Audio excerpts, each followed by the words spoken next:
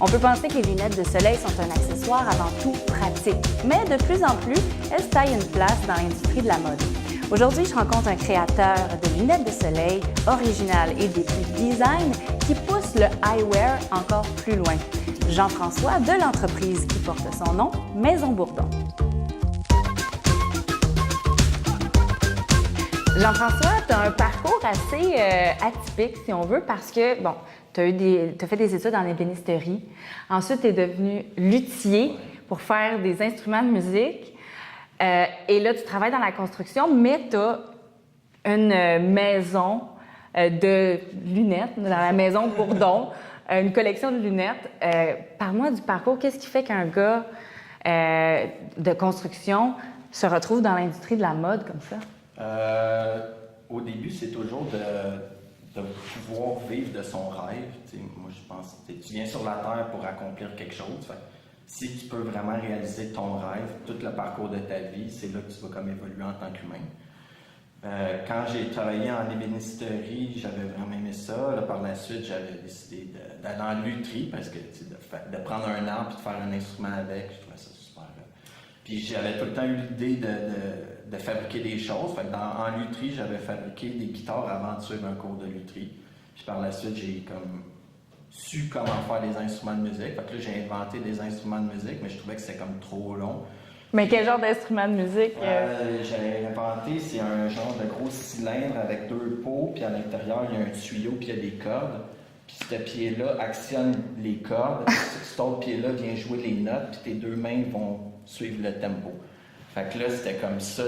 Ça, c'était un des prototypes que j'avais parti, mais l'affaire, c'est que je me disais, ouais, mais là, ça va prendre trop de temps. Là, après, il faut que tu prennes un band qui va jouer cet instrument-là, tu commercialises. Fait que là, personne ne connaît cet instrument-là. Tout le monde prend des cours de guitare, mais personne ne prend des cours de... Même moi, en lutherie, j'ai suivi des cours de lutherie, mais je ne suis même pas de guitare. Fait.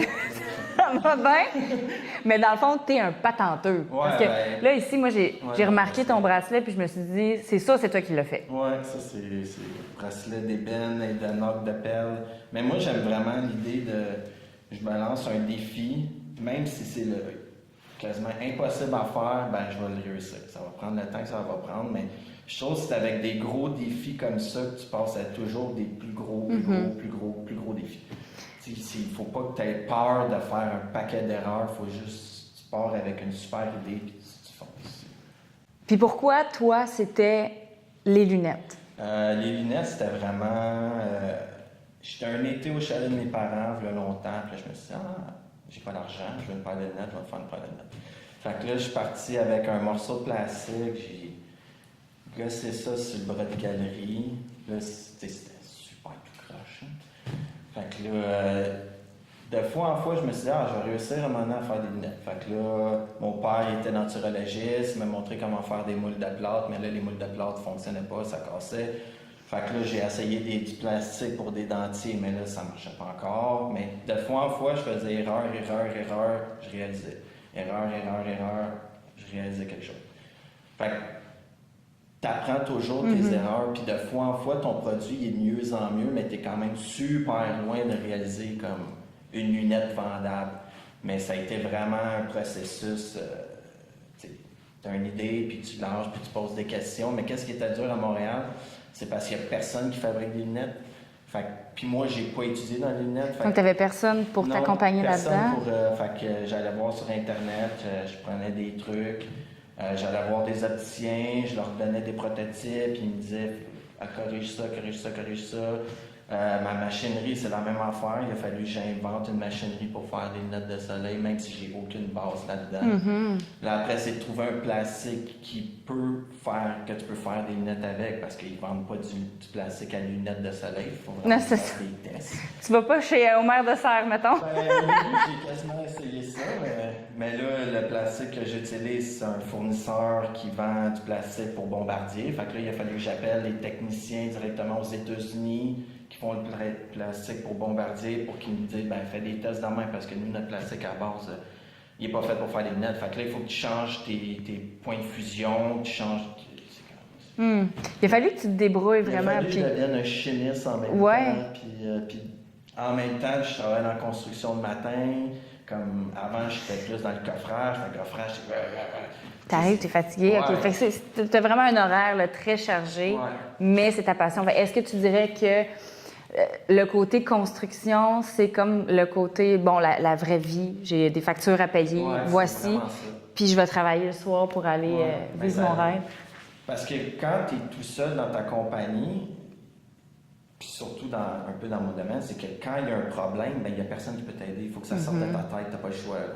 Fait que c'est toujours des problèmes sans arrêt. Débrouiller donc pour développer tes modèles, apprendre comment, puis tu le fais encore. Ouais. Mais ça amène aussi un autre volet qui est l'entrepreneurship, parce qu'il faut que tu les vendes, tes modèles. Ça aussi, c'est quelque chose que tu as eu à apprendre. Comment tu vis ça? Ça, j'avais suivi des cours, j'avais eu le cours pour les fondations du Sage. OK. Que c'est pendant 6 mois de temps, puis là, tu as des cours universitaires qui est comme vendre conseil, trucs de même, qui t'apprennent un peu à, quand tu es devant un client, comment tu parles pour vendre tes produits, mais ça a été ça aussi, parce que pour vendre un produit, il faut que ton produit soit vendable. Fait que au début, quand j'allais voir des magasins, tu sais, le produit n'était pas encore comme je le voulais. Fait qu'ils le prenaient, supposons, en consignation, truc de même. Mais c'est toujours, tu fais des tests. T'sais. Là, le client, la boutique, elle dit, ah ben moi, ma clientèle aime plus ce genre-là. Fait que là, tu essaies plus de lancer le genre que le magasin aime. Puis il y a aussi, c'est que vu que tu es à Montréal, le monde ici, ils sont pas autant éclatés, supposons, qu'aux États-Unis. Ouais. Dans ton style. Ouais, fait que tu sais, comme là, vu que je veux plus aller à l'international, là, je me lance plus dans les lunettes un peu plus folles. Mm-hmm. Mais Montréal, c'est plus quand même conservateur pour... Oui, puis là, tu as deux défis. Bon, ils sont conservateurs, comme tu dis, les gens. Puis il y a aussi le défi de, ben, l'été, c'est pas toute l'année. Non, c'est Donc, ça. des lunettes de soleil, c'est ça. plus difficile à commercialiser. Ouais, c'est un peu ça le problème. Puis il y a aussi, c'est que Montréal, le monde va acheter une paire de lunettes vraiment haut de gamme pendant leur année, puis le reste du temps, vont peut-être s'acheter des petites lunettes à 10$, 20$, trucs de même. Mais la lunette, c'est pas comme une paire de jeans. Une paire de jeans, tu peux avoir une idée, la journée même, je vais m'acheter une paire de jeans, tu vas dans le magasin, tu achètes une paire de jeans. Mais des lunettes, on dirait que c'est vraiment plus réfléchi, pensé pendant super longtemps. Est-ce que tu dirais que le eyewear, les lunettes de soleil, dans l'industrie de la mode, a encore sa place à faire, à se tailler?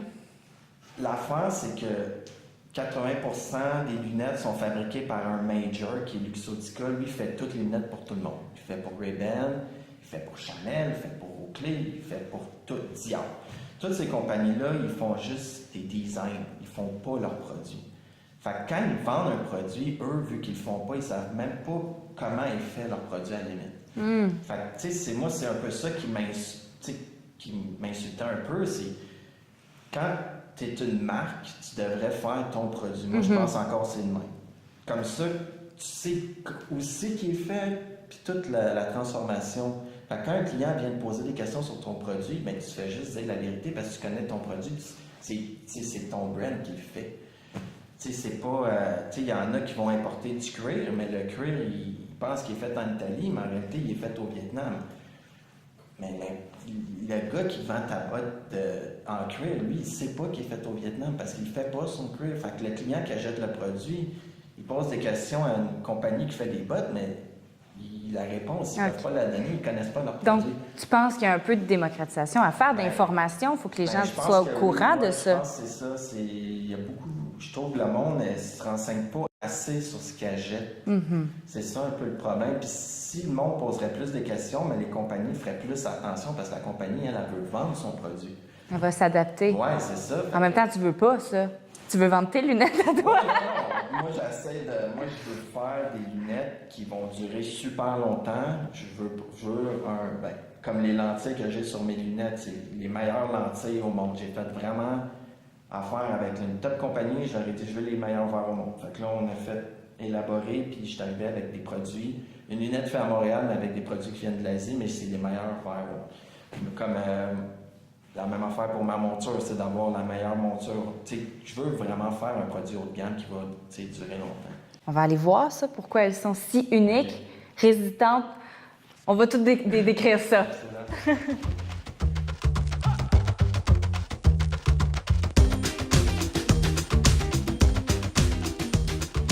Porter des lunettes, ça vient avec une attitude. C'est comme un facteur de cool. Je les ai essayées. Je me sens bien pour la deuxième portion de l'entrevue. Si on regarde un peu les modèles qu'il y a devant nous, qu'est-ce qui, selon toi, distingue tes collections? Quelle est ta signature? Ma signature, c'est vraiment les charnières. Tout le temps avec les petits points, parce que c'est les charnières se tiennent par des tiges de métal. Mais sinon, j'essaie toujours d'y aller vers le noir. Pour ceux-là, j'y étais avec plus du noir satiné. Je vais essayer aussi le noir super mat. Moi, j'aime vraiment les couleurs, d'essayer de faire du noir ou du blanc, mais de jouer les variantes de brillance. OK. De jouer avec du gold, du argent.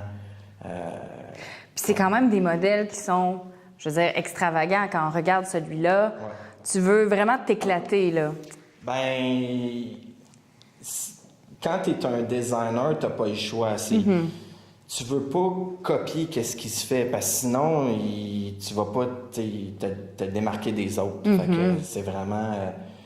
Puis moi, ce que j'aime, c'est vraiment la création. Tu pars avec une idée folle, puis t'as fait. Sinon, ça vient un peu plate de toujours faire les mêmes choses. Ouais. Fait que c'est pour ça, c'est plus ça que j'essaie de faire. Maintenant, avant, j'étais plus...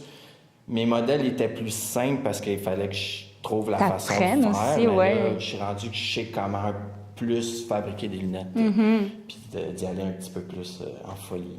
Puis t'es aussi un peu poète, hein? Tu touches à tout vraiment parce que tu donnes des noms assez spéciaux pour tes lunettes. Ouais. Celle-là, il s'appelle comment? Celle-là, c'est Violent Cat, vu que c'est un modèle plus de chat. Ouais, fait que je pars tout le temps avec une image de qui va porter la lunette. Puis là, je me dis, ce nom-là irait bien avec l'image de la personne aussi. Cette personnalité-là. Ouais. Puis Violent Cat, je trouvais que ça fait ça. C'était cool.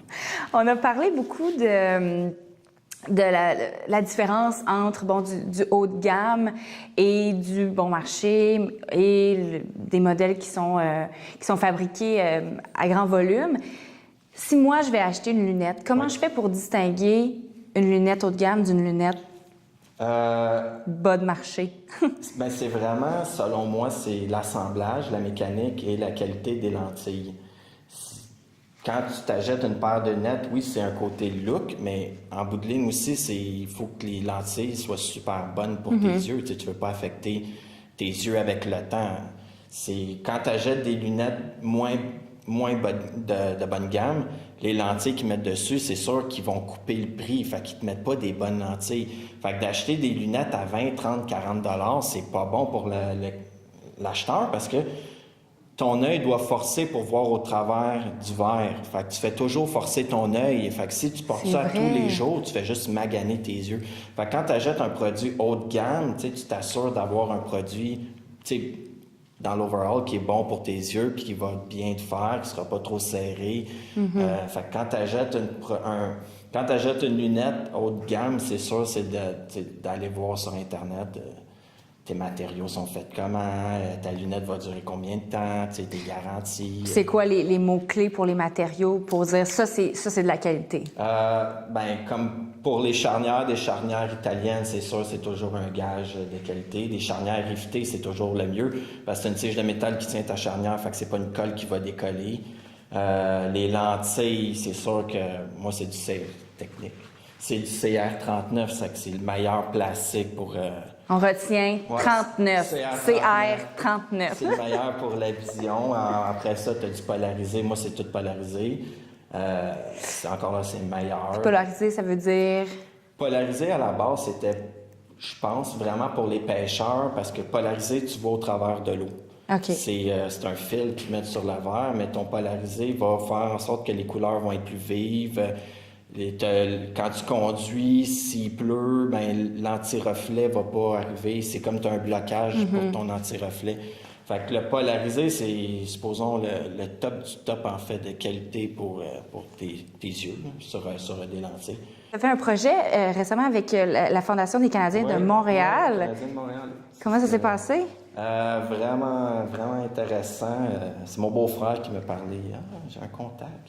Là, j'ai rentré en communication avec la fille du Canadien de Montréal. Je leur ai dit, je pourrais faire 2 paires de lunettes avec votre logo, puis avec à l'intérieur marqué Max Pacioretty. Fait que là, ils ont trouvé l'idée vraiment intéressante. C'est ton joueur préféré? Ouais. On rentre pas là-dedans. C'est sensible. Fait que c'est ça. Fait que puis encore là, c'était un test. Moi, j'avais jamais fait ça. Fait que la personne qui fait le laser pour mes produits, lui était super intéressé de faire avec le Canadien. Oui. Fait que là, quand j'ai vu le logo gravé, puis j'étais comme, wow, la qualité était vraiment belle. Fait que là, j'ai été au Centre Bell, leur donner les 2 paires de lunettes. Fait que là, ils ont fait tirer ça à leur encan silencieuse pour leur tournoi de golf. Fait que là... T'aimerais ça poursuivre cette collaboration-là? Oui, c'est sûr. Le Canadien de Montréal, ça reste quand même la plus grosse franchise de hockey au monde. Puis, moi, je suis parti de rien. Puis là, je viens de faire des paires de lunettes au Canadien de Montréal. C'est comme si c'est assez... Moi, je trouve ça assez big. Quand même! Donc là, c'est sûr que si je pourrais être vendu dans le futur, dans leur boutique, d'avoir un produit fait complètement à Montréal, bien, je parle de la monture, fait à Montréal, puis vendu sous bannière dans une institution montréalaise, le summum de la fierté. Ouais. Je suis vraiment content. Ça, c'est dans tes objectifs. Ouais. Puis, tu offres aussi un service sur mesure. Oui. C'est des gens qui veulent des lunettes faites que pour eux, uniques. Oui. Comment ça fonctionne? Ben ça, c'est plus... Je vais pas fabriquer la lunette pour la personne, mais la personne peut changer la couleur de ses charnières, de ses verres, peut avoir... la couleur de sa monture, tout ça, parce que de fabriquer une paire de lunettes, comme ça, c'est ma nouvelle paire de lunettes, ça demande vraiment du temps. Là. C'est pas si simple que ça. Moi, j'ai pas une machinerie d'1 million chez moi. Là. Mais tu vas l'ajuster pour la personne. Oui, tu peux ajouter les branches, tu peux ajouter le nez. Il y a plein de choses qui sont complètement ajustables. Donc, le service à la clientèle hors pair. Oui.